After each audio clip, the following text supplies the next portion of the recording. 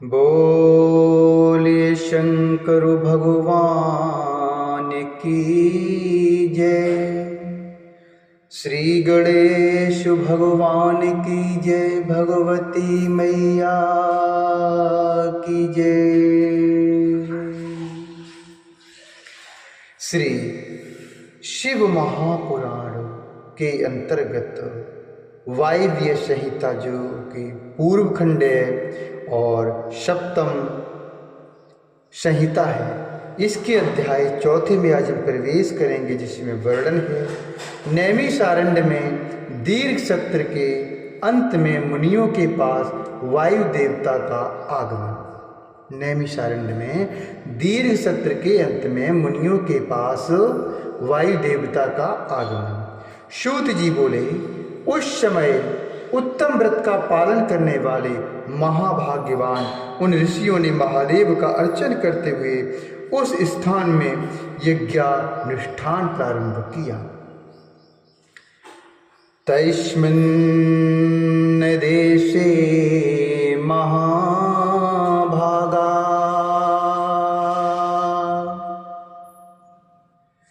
तस्मिन् देशे महाभागा मुनिया संस्थिते व्रताः।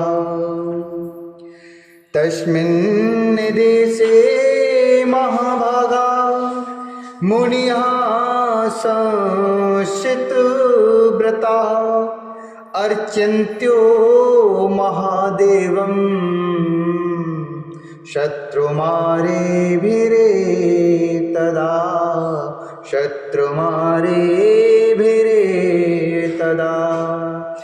तच्च शत्रं प्रवृत्ते सर्वाश्चर्यं महिर्षिणां विश्वं सृज्यमाणानां पुरा विश्वसृजामिव विश्वं सृज्यमाणानां पुरा विश्वसृजामिव विश्वसृजामिव।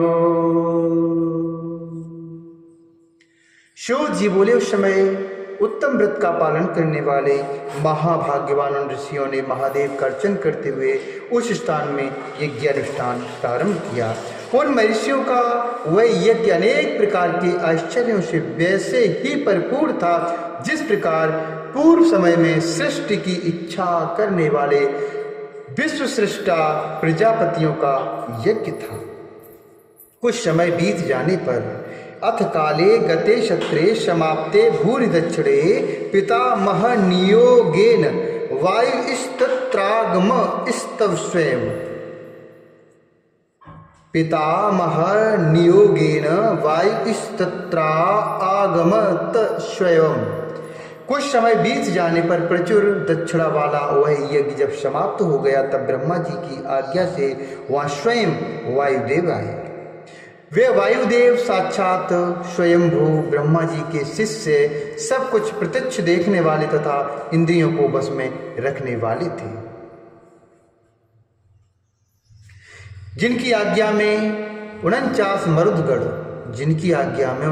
मरुदगण सर्वदा समुद्धत रहते हैं, जो प्राण आदि अपनी वृत्तियों के द्वारा अंगों को चेष्टावान करते रहते हैं, जो समस्त प्राणियों के शरीरों को धारण करते हैं, जो अणिमादि 8 प्रकार की सिद्धियों तथा नानाविध ईश्वरों से युक्त हैं, जो तिरछी पड़ने वाली अपनी पवित्र गतियों से भवनों को धारण करते हैं, जो आकाश से उत्पन्न हुए हैं, जो स्पर्श एवं शब्द नामक 2 गुणों वाले हैं।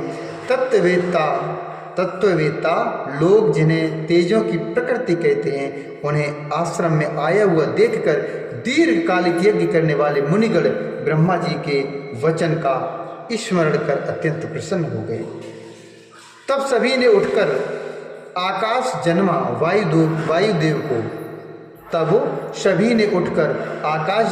वायुदेव को प्रणाम करके उन्हें बैठने के लिए स्वर्णमय एक आसन प्रदान किया।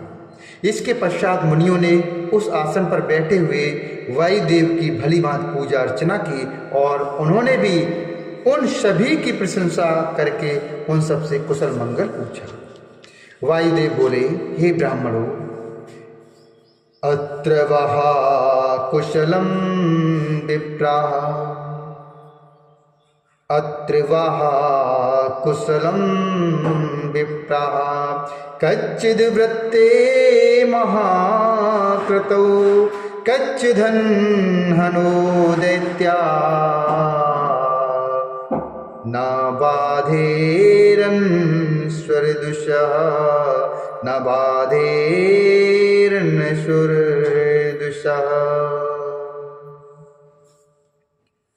वायुदेव बोले, हे ब्राह्मणों, इस महायज्ञ के पूरे होने तक आप लोग सकुशल तो रहें। आप इस पूरे महायज्ञ को होने तक सकुशल तो रहिए। यज्ञ में किसी प्रकार की कोई बाधा डालने वाला देव, शत्रु, दैत्य तो कहीं आपके यज्ञ को विघ्न करने के लिए नहीं आया था। आपके इस यज्ञ में जो प्रत्यवाय अथवा उपद्रव तो नहीं हुआ है। आपके इस यज्ञ में कोई प्रत्यवाय अथवा कोई किसी तरह का उपद्रव तो नहीं हुआ है। ऐसा वायुदेव ने उन मुनियों से पूछा।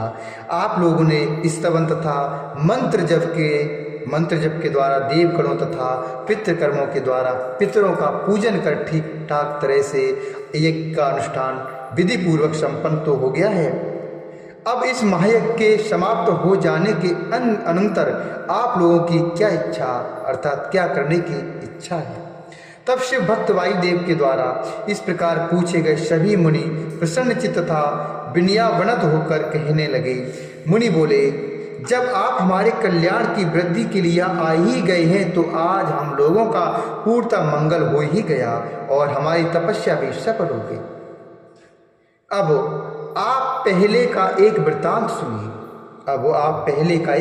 सुनिए। तमोगुण से आक्रांत मन वाले हम लोगों ने पूर्व काल में विशिष्ट ज्ञान के निमित्त प्रजापति ब्रह्मा जी की उपासना की थी। तब शरणागतों की रक्षा करने वाले उन्होंने हम शरणागतों पर कृपा करके कहा कि हे ब्राह्मणों, सभी कारणों के कारण रुद्रदेव सर्वश्रेष्ठ हैं।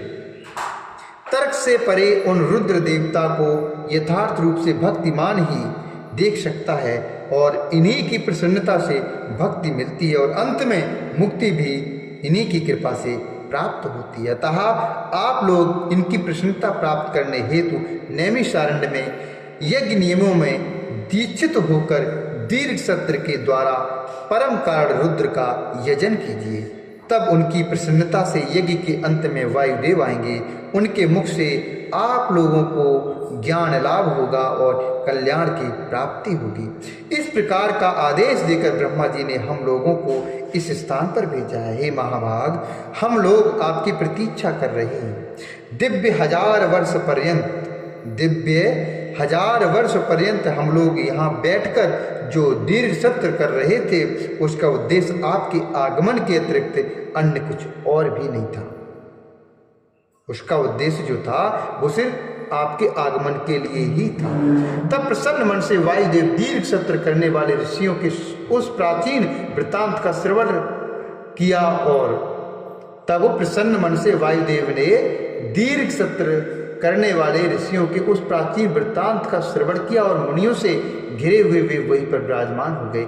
इसके पश्चात मुनियों के द्वारा पूछे जाने पर शिव में उनकी भक्ति बढ़ाने के लिए सर्वव्यापक वायुदेव ने सृष्टि की उत्पत्ति की एवं शिव का ईश्वर संक्षेप में बताया। इसके पश्चात मुनियों के द्वारा पूछे जाने पर शिव में उनकी भक्ति बढ़ाने के लिए सर्वव्यापक वायुदेव ने सृष्टि की उत्पत्ति एवं शिव का ईश्वर संक्षेप में बताया। इत श्री शिव महापुराणे सप्तम्याम वायवीय संहितायाम पूर्वखंडे वायु समागमो नाम चतुर्थोध्याय। इस प्रकार श्री शिव महापुराण के अंतर्गत 7वीं वायवीय संहिता के पूर्व खंड में वायु समागम नामक 4था अध्याय पूर्ण हुआ। बोलिए शंकर भगवान की जय, वायुदेव भगवान की